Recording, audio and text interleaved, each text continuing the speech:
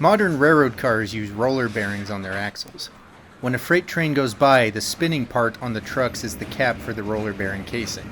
However, before roller bearings were developed, railroads used what are called plain bearings, which are also often called friction bearings because the Timken Roller Bearing Company ran one of the most successful propaganda campaigns in the history of American capitalism.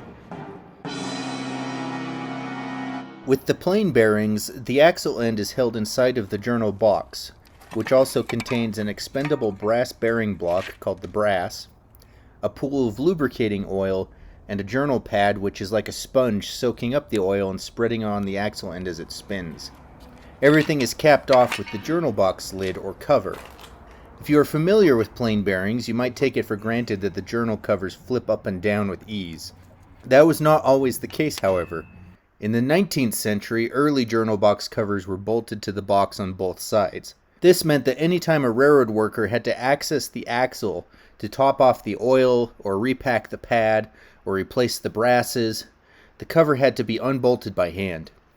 This made maintenance of the bearings difficult, especially when the bearing overheated and ignited the oil, which was called a hotbox. Imagine trying to unscrew a pair of bolts on a box that is openly in flames in front of you.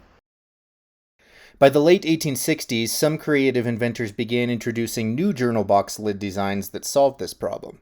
C.B. Boynton of St. Paul, Minnesota, came up with one of the earliest quick open cover designs, receiving a patent on November 12, 1867. His original design used a rubber cylinder as a spring to hold the cover closed. On May 10, 1870, a year after the Transcontinental Railroad was completed, the patent was reissued with the addition of a metal coil spring in place of the rubber pad, and the patent was assigned to John B. Fletcher of St. Albans, Vermont, who applied his name to the invention's advertising. One of the many advantages of the Fletcher lid is that it could simply be attached to any existing journal box using the bolt holes already in place. The Master Car Builders Association, which was a 19th century predecessor of the Association of American Railroads, adopted the Fletcher journal box lid as its standard in 1889 upon majority nomination from MCB members.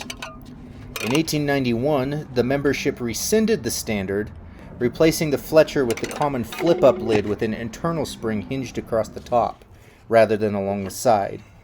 This is the common journal box that you see on a lot of equipment in preservation today. The Fletcher lid was demoted to recommended practice, then removed from the MCP guidebooks altogether in 1899. Another early journal box variant was invented by Jacob Kinsler, partner in the Kinsler and Jones Foundry of Pittsburgh, Pennsylvania.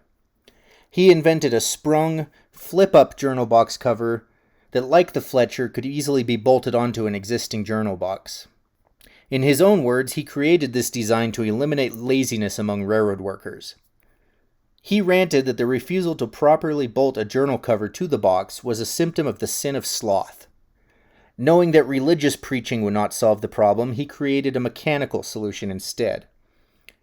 While the Fletcher cover revolves around a bolt on the side, the Kinsler cover rotates on a hinge across the top, with a metal leaf spring to hold it firm when closed and to keep it upright when open. Kinsler proudly proclaimed that his cover would never fall off, and yet these covers are found scattered wherever railroads ran because, in spite of his intentions, Kinsler's invention fell off the cars all the time. Photographs of the early Denver and Rio Grande in Colorado and the Denver and Rio Grande Western Railway in Utah, both loyal adherents to the Kinsler brand, show their cars with missing Kinsler box covers. The Kinsler covers were used extensively by the car builders Jackson and Sharp and Billmeyer and Smalls, and many of them actually do survive on the Rio Grande narrow gauge tourist railroads and museums in Colorado, incredibly still in use today.